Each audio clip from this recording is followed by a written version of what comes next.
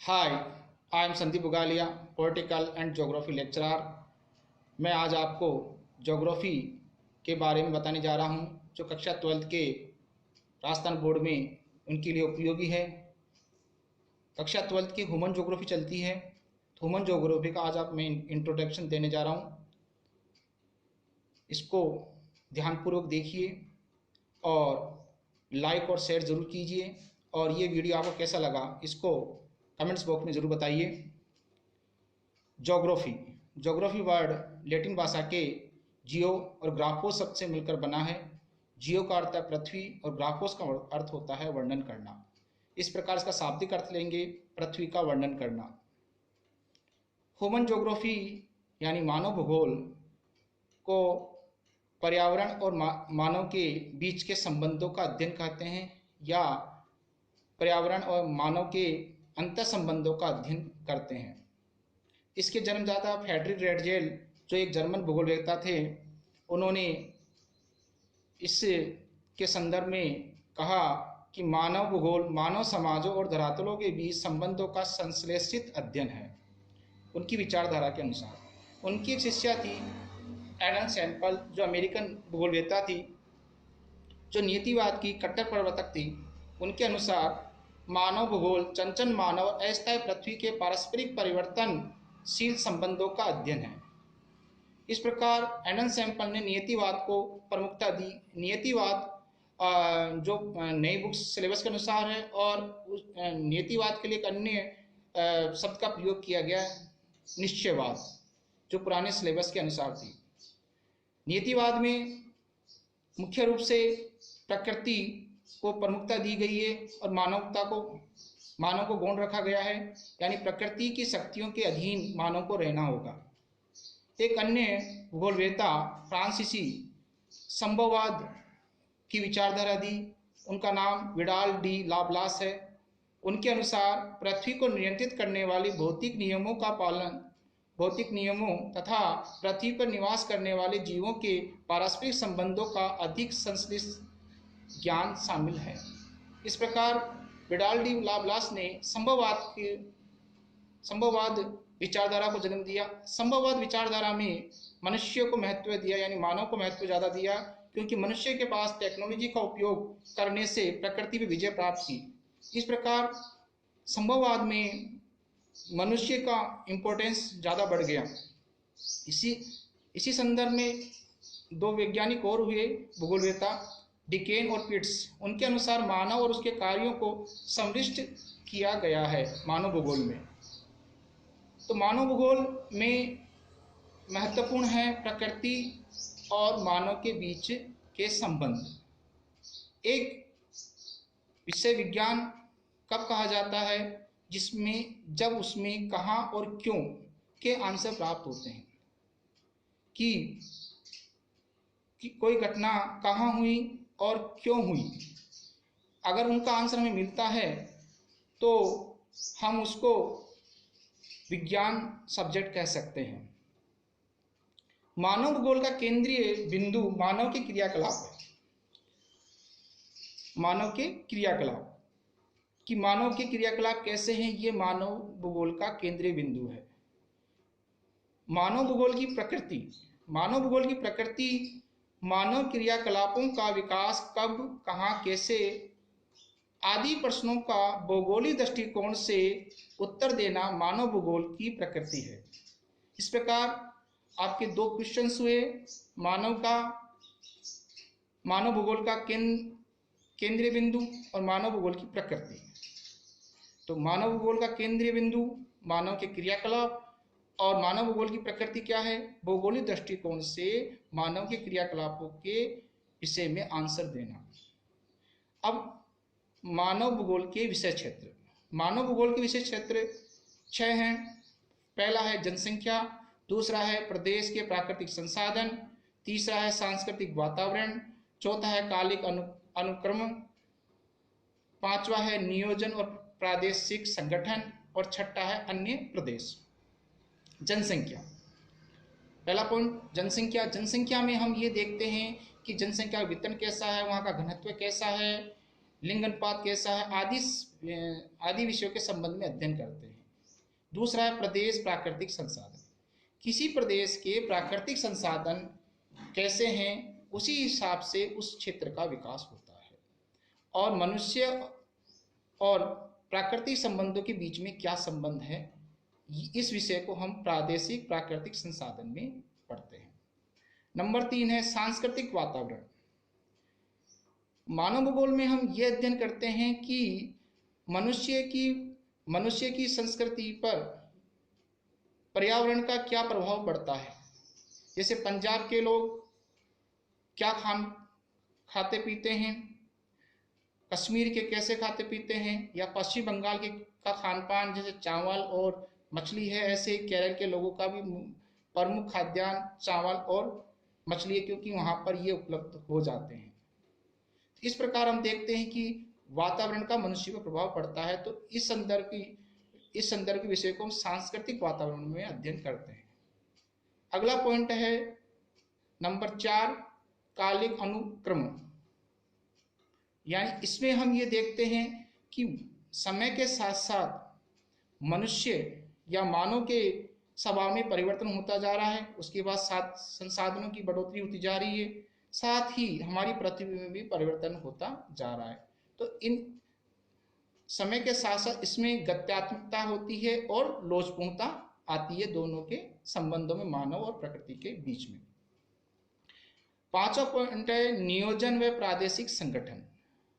किसी क्षेत्र में पाए जाने वाले संसाधनों का हम किस प्रकार उपयोग कर रहे हैं, ये नियोजन व प्रादेशिक संगठन में अध्ययन किया जाता है।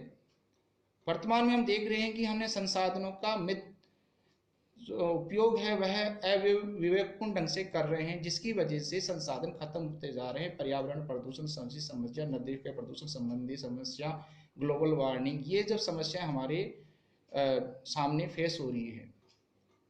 अगला पॉइंट है अन्य प्रदेश। अन्य प्रदेशों में हम मानव भूगोल का संबंध अन्य क्षेत्रों में जैसे आर्थिक, सामाजिक, राजनीतिक कैसे पड़ता है, इसका अध्ययन हम करते हैं। तो ये आपके 6 विषय क्षेत्र हुए।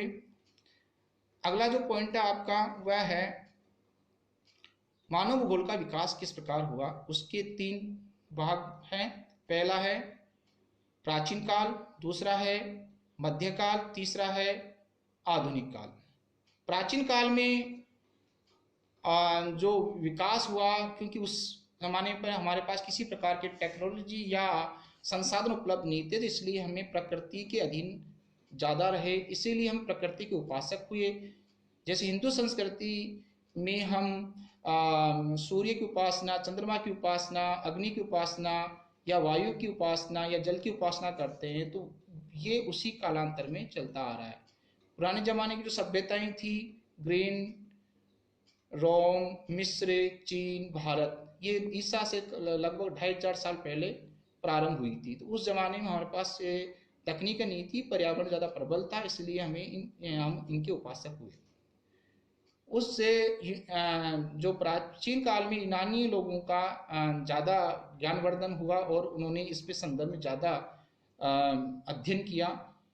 उसमें कुछ विद्वान थे जैसे थैलेस और एक्सीमेडर। इन्होंने जलवाष्प और वनस्पति का अध्ययन किया। अरस्तु ने ठंडे प्रदेशों में रहने वाले लोगों का अध्ययन किया कि ठंडे प्रदेश में रहने वाले लोग बहादुर मिलेंगे और दिमागी रूप से स्ट्रांग मिलेंगे, बनस्पत एशिया में रहने वाले लोग जो सुस्त होंगे और ये भी कह सकते हैं कामचोर मिलेंगे आपको। ये फैक्ट है कि एशिया, मध्य एशिया में लोग ज़्यादातर कामचोर ज़्यादा मिलेंगे आपको।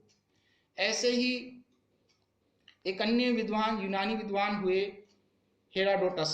उन्होंने घुमक्कड़ जातियों का अध्ययन किया। उस अध्ययन के अंदर उन्होंने घुमक्कड़ जो जातियां थी, यानी कि जो पशुचारण करते थे, उनका अध्ययन किया, और उन्होंने जो स्थायी रूप से कृषि करते थे उनका अध्ययन किया। एक अन्य भूगोलवेत्ता हुए हेकिटियस। हेकिटियस से जो मानव भूगोल को या भूगोल को क्रमबद्ध किया, व्यवस्थित किया, इसलिए उन्हें भूगोल का जनक भी कहा जाता है। एक अन्य रोमन भूगोलवेत्ता हुए स्ट्रेबो।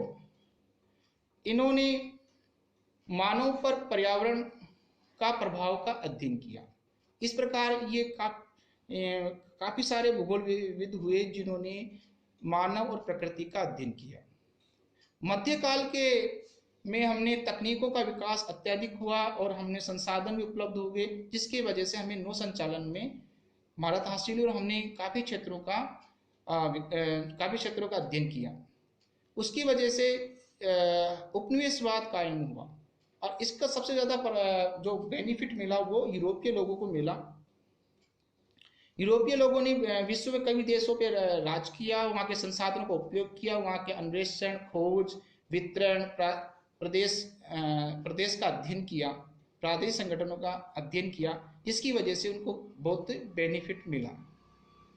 आधुनिक काल में आते आते संसाधनों का बढ़ना और एक नवीन विचारधाराओं का पैदा होना मानव भूगोल के लिए बहुत ही महत्वपूर्ण हुआ। आधुनिक काल में जो जर्मन भूगोलवेत्ता थे, हम्बोल्ट, रिटर, फोबल्स, रिचर्ड थोपेन, ऐसे ही फ्रांसीसी भूगोलवेत्ता Vidal de la Blache, Bruce de Martin, Britain के भूगोलवेत्ता हुए मैकडियर, रॉक्सी, फ्लूअर आदि, अमेरिकन भूगोलवेत्ता एलन सैम्पल, हैनिंगटन, ब्रोमेन, ग्रिफ टेलर। ये तो ये आपको याद करना होगा कि कई बार क्वेश्चनों में पूछा जाता है कि दो अमेरिकन भूगोलवेत्ताओं के नाम बताइए या दो फ्रांसीसी भूगोलवेत्ताओं के नाम बताइए, तो ये इम्पोर्टेंट है। 1930 तक जो हमारी विचारधारा में पुरानी विचारधारा ज़्यादा प्रबल थी। मानव भूगोल में हमने आर्थिक भूगोल को महत्व देना प्रारंभ किया 1930 के बाद में, और 1970 के में हमने एक तरह से मानव कल्याण परक भूगोल का विकास किया, जिसमें हमने मानव के जो आवश्यक क्षेत्र थे जैसे स्वास्थ्य, शिक्षा, आवास आदि पर भी ध्यान देना प्रारंभ किया। तो 21 सदी में एक महान भूगोलवेत्ता हुए ग्रिफ टेलर, अमेरिकन थे ये। इन्होंने एक नवीन विचारधारा दी जिसे नवनिश्चयवाद कहा गया। नवनिश्चयवाद में जब हमने नियतिवाद और संभववाद को देखा तो इन विचारधाराओं में हमें एक विचारधारा में तुम्हें प्रकृति का अधीन रहना था, एक विचारधारा में प्रकृति को अधीन बनाना था, पर दोनों में कहीं सामंजस्य कायम नहीं हुआ और हमें इसका दुष्परिणाम मिला कि संसाधनों खत्म होना या वातावरण का जो खराब होना, पॉल्यूशन आदि का हमने देखा कि डैम्स बनाए, डैम्स की वजह से भूकंप वगैरह आदि हमने इन विचारधाराओं में ये खामियां थी। तो नवीन विचारधारा आई, उसको बोलते हैं नवनिश्चयवाद।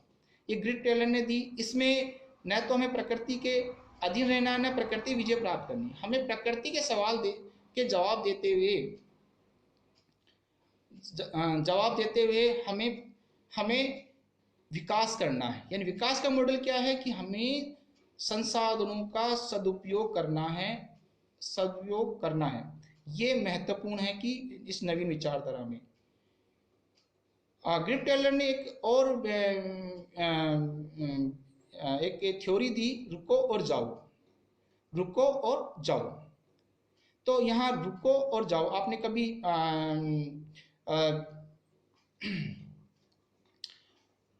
रेड लाइट पर आप बत्ती देखते हो, हरी, लाल और पीली, तो यहाँ महत्वपूर्ण है क्योंकि लाल बत्ती जब है इसका मतलब रुको, आप पहले प्रकृति या कोई विकास करने जा रहे हो तो प्रकृति के प्रश्नों के उत्तर दो कि हमें अगर विकास करेंगे तो इस क्षेत्र को पर्यावरण में नुकसान तो नहीं होगा। जब इन सब के उत्तरों का जवाब मिल जाए तो हम जा सकते हैं। इस प्रकार की इनके विचार की थ्योरी है।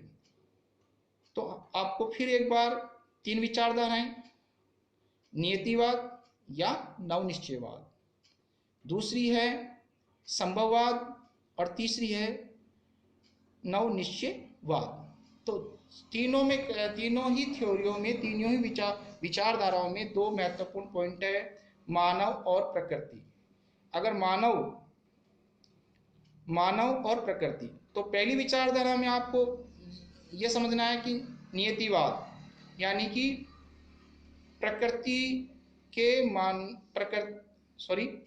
प्रकृति मानव के अधीन नहीं रहेगी, या हम ये कह सकते हैं कि मानव प्रकृति के अधीन रहेगी। दूसरी विचारधारा है संभववाद। इसमें प्रकृति मानव के अधीन रहेगी। और तीसरी विचारधारा है कि हमें किसी के न तो किसी को अधीन बनाना है ना अधीन रहना है, हमें संतुलित विकास करना है।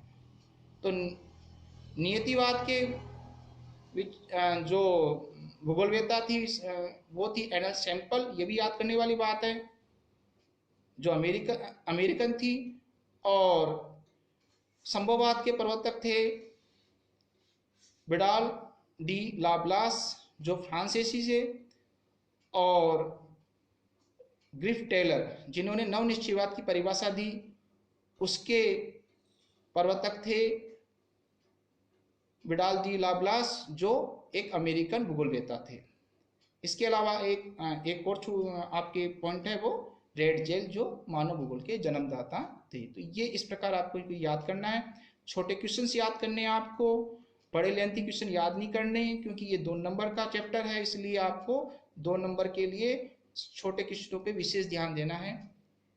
आपको बहुत बहुत शुभकामनाएं, आप एग्जाम में अच्छा करें। फिर मैं नया वीडियो लेके आ रहा हूँ, ज़्यादा से ज़्यादा इसको लाइक और शेयर कीजिए। Okay, good bye.